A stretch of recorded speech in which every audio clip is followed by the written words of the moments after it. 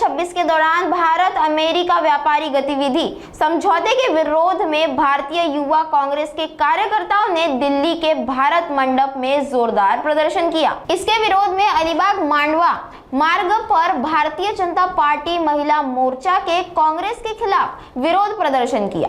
जिला महिला मोर्चा अध्यक्षा चित्रा पाटिल के नेतृत्व में आंदोलनकारियों ने सड़क जाम करके घोषणाबाजी की और राहुल गांधी के विरोध में नारे लगाए। इस आंदोलन में पंचायत समिति सदस्य प्रियदर्शनी पाटिल, वरिष्ठ नेता मंजुषा कुंद्रे मूर्ति, मंदा बड़ी और महिला मोर्चा की अन्य पदाधिकारी भी शामिल थी।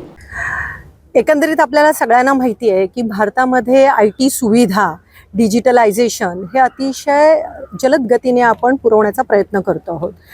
ज्या पण काही आंतरराष्ट्रीय ज्या स्तरावरच्या गोष्टी असतात, म्हणजे G20 असेल किंवा एखादं समिट असेल, ऑलिम्पिक सारख्या गोष्टी असतील, तर हे करत असताना त्या गोष्टीचा पाठपुरावा करणं आणि त्या गोष्टी आपल्या देशामध्ये घेऊन येणं हे आपल्या एका देशासाठी प्रतिमेची गोष्ट असते आणि हे करत असताना ते यशस्वी करणं आणि यशस्वीरित्या ते संपूर्ण जगाला दाखवणं हे सुद्धा आपल्यासाठी एखादी प्रतिमेची गोष्ट असते। आणि हे करत असताना आपण आज बघतोय की AI समिट सारखी एखादी आंतरराष्ट्रीय लेवलवरचं समिट जेव्हा आपण भारतामध्ये करत आहोत, तर ते करत असताना त्याचं जे अर्थकारण आहे, त्याच्यातनं होणारे जे नवीन पिढीसाठीचं जे एक मेसेज आहे तो हा आहे की AI टेक्नॉलॉजीमध्ये आपण नुसतंच कन्झ्युमरमध्ये न राहता आपण AI टेक्नॉलॉजीमध्ये लीडरशिपमध्ये पुढे जातो आहोत।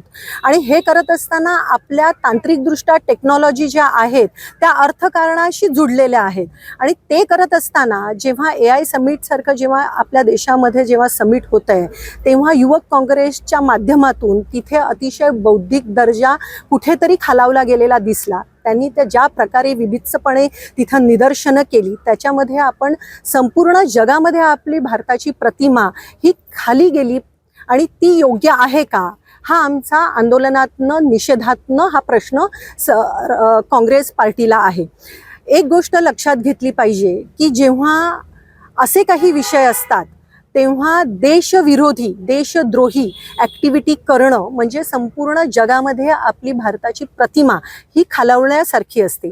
उदाहरणार्थ जेव्हा अणु करार झाला, उदाहरणार्थ जेव्हा कोविड सारखं संकट संपूर्ण देशावर आलं, उदाहरणार्थ एखादा दहशतवादी हल्ला जेव्हा आपल्या देशामध्ये झाला, तेव्हा सर्व पक्षीय, सर्व धर्मीय संपूर्ण देश एकत्र येताना आपण बघतो आहोत।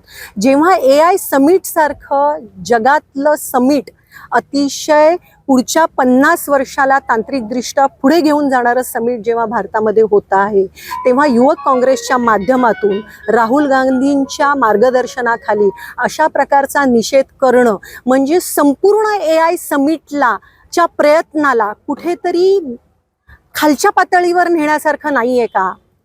एक गोष्ट जर चुकीची असेल तर तिची सुधारणा करू शकतो, आपण संवाद साधू शकतो। त्या चुकीला सुधारणा करायची का संपूर्ण AI समिटच्या प्रयत्नावर आपण प्रश्नचिन्ह उपस्थित करायचं? देशामधून अनेक त्या AI समिटमध्ये प्रतिनिधी आलेले होते, बहुसंख्य म्हणजे 50हून अधिक आंतरराष्ट्रीय लेवलवरचे तिथे समिट मध्ये आले नव्हते का? आलेले अनेक बहुराष्ट्रीय कंपन्यांनी त्याच्यामध्ये भाग घेतला होता का? घेतलेला। तिथे MOUs घडले नव्हते का? घडलेले। मग ह्या सगळ्या प्रयत्नांवर तुम्ही नकारात्मकतेने प्रश्नचिन्ह उभं करू शकता का?